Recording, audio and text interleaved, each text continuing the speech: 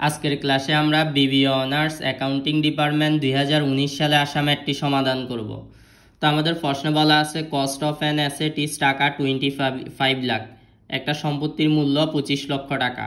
A 6-year lease of an asset is propose to yield 10% return to lease or ignoring tax. তো যে সম্পদটা 25 লক্ষ টাকা, এটা 6 বছরের জন্য লিজ দেওয়া হবে, যে ক্ষেত্রে লিজরের আয়ের হার হচ্ছে 10%। দ্য সালভেজ ভ্যালু ইজ টাকা 1 লাখ, ভগ্নাবশেষ মূল্য হচ্ছে 1 লক্ষ টাকা। Determine the equal lease rental if payment are made quarterly.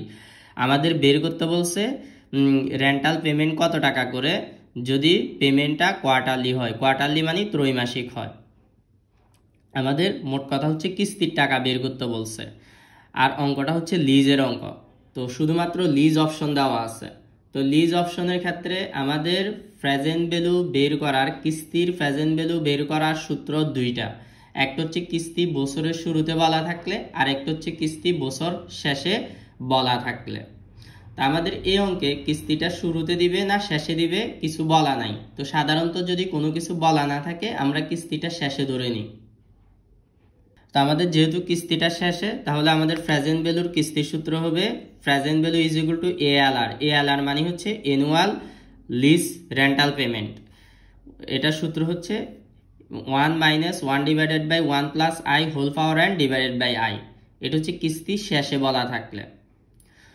তো আমাদের এখানে প্রশ্নে যেহেতু সালভেজ ভ্যালু দেওয়া আছে, তো সালভেজ ভ্যালু যদি দেওয়া থাকে এখানে plus SV 1 plus i whole power n এটুকু অংশ লিখতে হবে যখন সালভেজ ভ্যালু দেওয়া থাকবে লিজ অপশনের ক্ষেত্রে। সালভেজ ভ্যালু দেওয়া না থাকলে এটা লিখতে হবে না। তো আমাদের অঙ্কে দেখতেছি এখানে সালভেজ ভ্যালু দেওয়া আছে। এখন এখানে আরেকটা বিষয় আছে, যেহেতু পেমেন্টটা কোয়ার্টারলি বলা আছে, কোয়ার্টারলি হচ্ছে ত্রৈমাসিক, তাহলে বছরে একের অধিকবার এখানে চক্রবৃদ্ধি হইতেছে। তা একের অধিকবার যদি চক্রবৃদ্ধি হয় সূত্রতে একটা এম আসবে, যেখানে আই থাকবে সেখানে বাগ এম হবে, যেখানে এন থাকবে সেখানে গুণ এম হবে।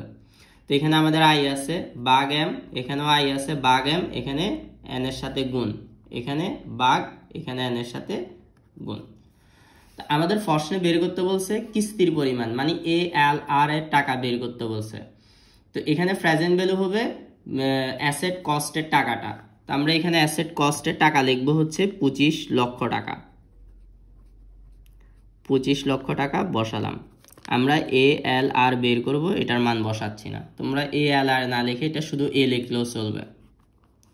1, এখানে আমরা 1 প্লাস আই এর মান হচ্ছে 10%, 0.10। এখন কোয়ার্টারলি মানে ত্রৈমাসিক, আর এম মানে হচ্ছে বার্ষিক চক্রবৃদ্ধি সংখ্যা, বছরে যতবার চক্রবৃদ্ধি হবে। 3 মাসে একবার কিস্তি দিব, তাহলে এক বছরে 4 বার দিব। কোয়ার্টারলি বলা থাকলে এম এর মান হবে 4। তো এন হচ্ছে 6 বছর, 6 গুণ 4। এখানে আই এর মান 10%, এম এর মান 4।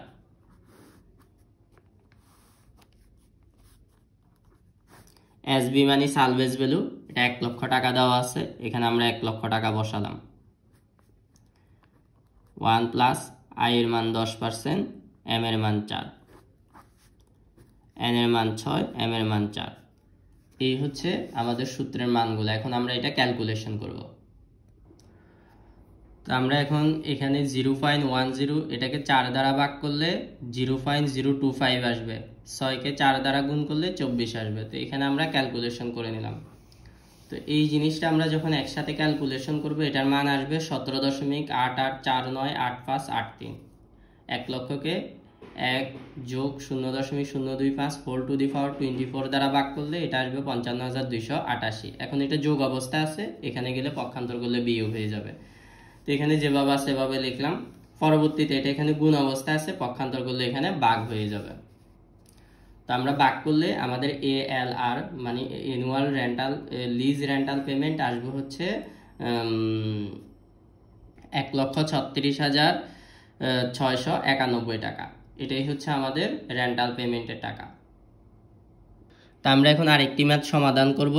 এখন যে ম্যাথটি করব সেটি অ্যাকাউন্টিং ডিপার্টমেন্ট 2017 সালে আসছে।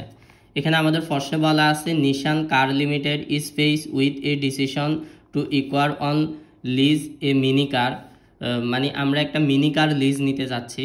The cost of mini car is টাকা 1,50,000। মিনি কারের কস্ট হচ্ছে 1,50,000 টাকা। সবসময় মনে রাখবা কস্টের টাকাটা হচ্ছে এখানে present value. It has a life of 5 years. আয়ুষ্কাল হচ্ছে 5 বছর। The leasing company desire a 10% on gross value of asset. Leasing কোম্পানির আয়ের হার হচ্ছে এখানে 10%, মানে এটা আয়ের মান বা আর এর মান। Find out lease rental instalment, মানে আমাদের কিস্তির পরিমাণ বের করতে বলছে। To be paid at the beginning of each year, মানে কিস্তিটা যদি বছরের শুরুতে হয়। আমাদের কিস্তি বছরের শুরুতে হলে প্রেজেন্ট ভ্যালুর কিস্তির সূত্র হতে হবে এটা। আর লিজ অপশনে যদি সালভেজ ভ্যালু থাকে এখানে plus SV 1 divided by 1 plus i whole power n হবে। আমাদের এই অঙ্কে যেহেতু সালভেজ ভ্যালু নাই, আমরা এখন আর এটা লিখতেছি না। আর আমরা এখানে বের করব কিস্তির টাকা। কিস্তির টাকা বের করার সময় প্রেজেন্ট ভ্যালু বসবে হচ্ছে কারের কস্টের টাকাটা। তো কারের কস্টের টাকা এখানে বসবে 1,50,000। ALR আমরা বের করব, এটার মান বসবে না। 1 মাইনাস 1 ডিভাইডেড বাই আই এর মান হচ্ছে 10%। 10% মানে 0.10। এন হচ্ছে লাইফ টাইম। লাইফ টাইম হচ্ছে 5 বছর। এখানে 0.10। তা আয়ের মান 0.10। এটা এখন আমরা ক্যালকুলেশন করব। তো আমরা এটা এখন ক্যালকুলেশন করলে, একসাথে ক্যালকুলেশন করলে এটার মান আসবে 3.790787। এটার সাথে গুণ হবে, এটা একসাথে ব্র্যাকেট করলে 1.10 হবে। তো এটা গুণ করলে আসবে 4.1698657। এটা গুণ অবস্থা আছে, পক্ষান্তর করলে ভাগ হয়ে যাবে। ভাগ করলে ALR এর মান আসবে 35,972 টাকা। এটা হচ্ছে আমরা এখন রিকোয়ারমেন্ট এক করছি। কিস্তি ছিল beginning of the each year, কিস্তি বছরের শুরুতে জমা দিলে। এখন রিকোয়ারমেন্ট 2 করব আমাদের to be paid at the end of each year, মানে কিস্তিটা যদি বছরের শেষে দিই। তো আমরা কিস্তি বছরের শেষে দিলে সূত্র সেম এটাই থাকবে, শুধু আমাদের এখানে এই যে 1 প্লাস আই এটা আসবে না। তো এটা আমরা এখানে কেটে দিলাম। এটা কেটে দিলে, এটা আমি করতেছি না, তোমাদেরকে বুঝাচ্ছি। তো এখানে এই জিনিসটা বাদ যাবে, তাহলে এই অংশটা আমরা আবার নতুন করে করব। এখানে এটার মান আমাদের কাছে আছে। এখন আমরা যে কাজটা করব সেটা হচ্ছে 1,50,000। এটাই পাশে গুণ অবস্থা আছে, পক্ষান্তর করলে ভাগ হয়ে যাবে। 3.790787 ইজ ইকুয়াল টু ALR। তো এটা ভাগ করে দিলে আমাদের ALR এর মান চলে আসবে। তো ALR ইজ ইকুয়াল টু, এখন 1,50,000কে 3.790787 দ্বারা ভাগ করে দিব। এটার ক্ষেত্রে আমাদের ALR আসবে 39,570 টাকা। তো কিস্তি বছরের শেষে দিলে পেমেন্ট দিতে হবে 39,570 টাকা। এটাই হচ্ছে আমাদের উত্তর। তা আশা করি তোমরা সবাই ম্যাথটা বুঝতে পারছো।